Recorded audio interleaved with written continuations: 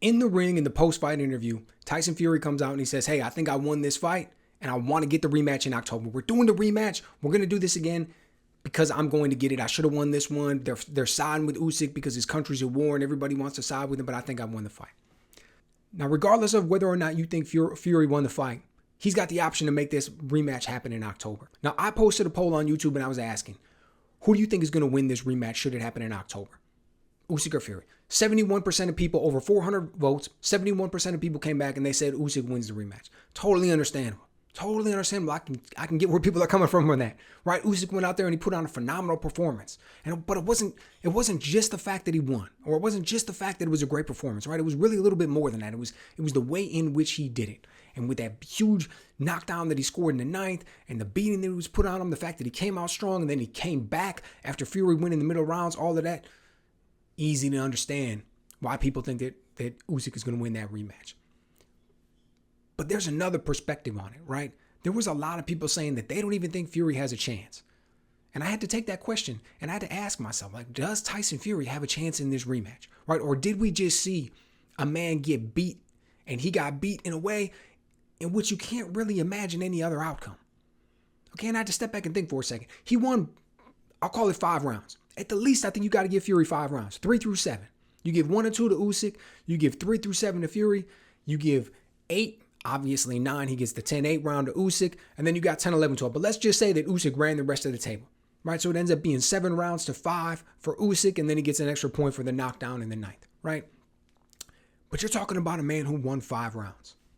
Is it legitimate for us to say that a man who went out there and won 5 rounds, previously undefeated, previously lineal heavyweight champion of the world, is it legitimate for us to say that he has no chance in this rematch? I mean, on the surface, that sounds crazy. You go out there, you win 5 rounds of a 12-round fight. How can we not say that you have a legitimate chance of winning that rematch? But then I started to break the film down, right? I started to watch the fight again, started to think about it a little deeper. And I'm going to tell you what, man, Tyson Fury, that's going to be some uphill swimming if he expects to win this rematch, okay? And let me tell you why. First round, second round go to Usyk. Why does he win it? He wins it off of ring generalship. He comes out there, he's more aggressive, he's on the front foot, he's kind of dictating things, he's landing the cleaner punches. Nothing really crazy, but he lands a significant punch in the first round and the second round, right? Really the only significant punches that we see. Plus he's the, like I said, he's the busier guy, he's the ring general. Then all of a sudden Fury, he finds the distance, finds what he wants to do. And that's how he snatches up rounds 3 through 7 in the same way that he was the ring general then. He was dictating the distance. He wasn't doing it in the same way, necessarily trying to come forward. He was more on the outside. He was using lateral movement. Beautiful mix of punches, right? He was using everything. The jab, the right hand, found this nice little shovel punch. He was throwing hooks, uppercut, great stuff, right? Ended up hurting Usyk in the 6th round, I believe, with that uppercut, right? So just awesome stuff in that regard.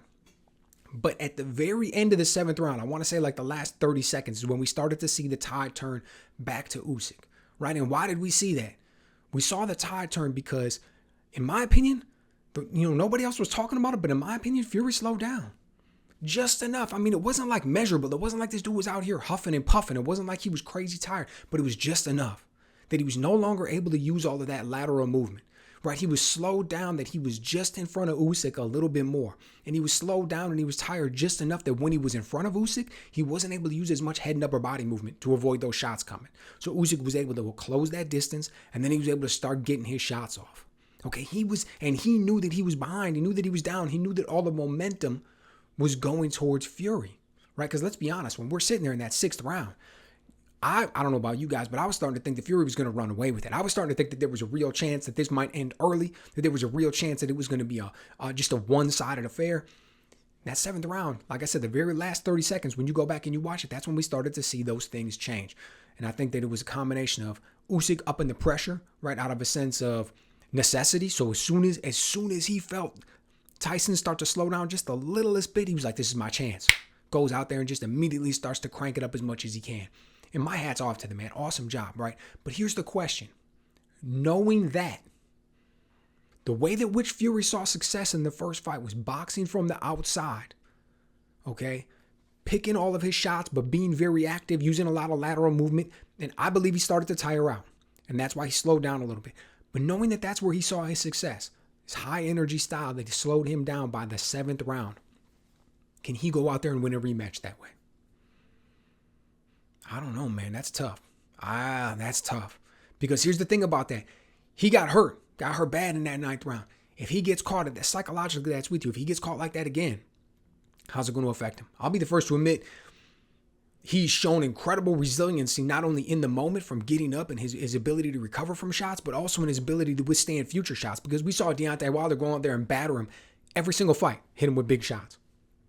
Didn't affect Fury in the least, in the sense that he was always getting back up there right for more. Never looked tentative, never looked scared, never looked shy, never looked worried about the next shot that was coming, just came out there and executed the game plan. So probably won't affect him mentally, but he knows, I think he got hurt worse in that 9th round than he had been hurt in any other fight, period, right? Because even though Deontay Wilder for sure hits harder than Usyk, the thing about those shots is he get hit by Wilder and he get dropped.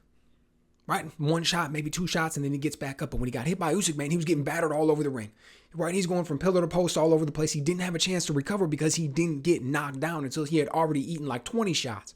So I think he was way more hurt in that situation. So should he start to get caught and hurt again, how's he going to react to that? Right? That's the first thing. And the second thing is, what if he gets tired? What if he starts to slow down? Because in his mind, he knows if that was the reason.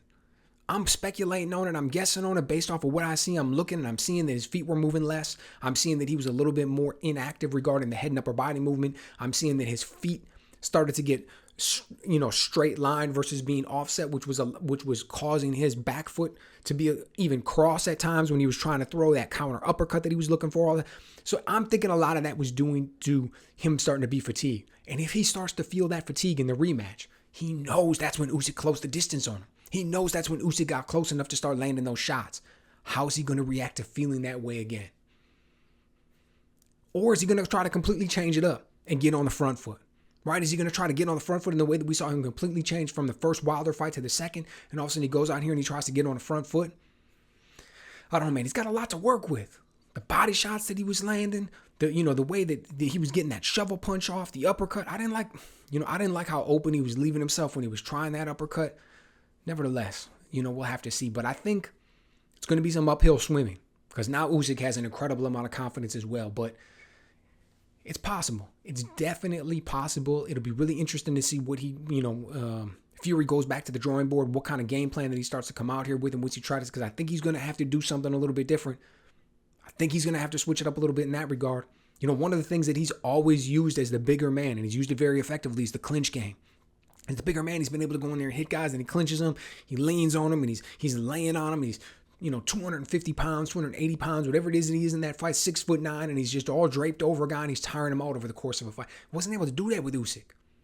Usyk doesn't accept that clinch, man. He wasn't able to lay on Usyk the same way in which you've seen him do to other guys. So I don't even know, if he's going to be able to rest in that regard. Right? He used that as a rest point. Like Usyk said in this fight, I'm not going to let you rest. I'm not going to leave you alone. I'm going to be there all fight, because he knew that Fury getting tired was not only a very real possibility, but it was one in which was going to benefit him greatly. So it'll be interesting, man. It's going to be fascinating to see how this one goes down. So let me know what you guys think. Does Fury really, truly have a legitimate shot in this rematch? Or do you think that, he was the favorite going into this, but now that we saw the outcome, Usyk's got his number, he's got all the confidence in the world, and it's one of those things where they could fight 100 times, and Usyk's going to get him 100 times. Let me know what you guys think.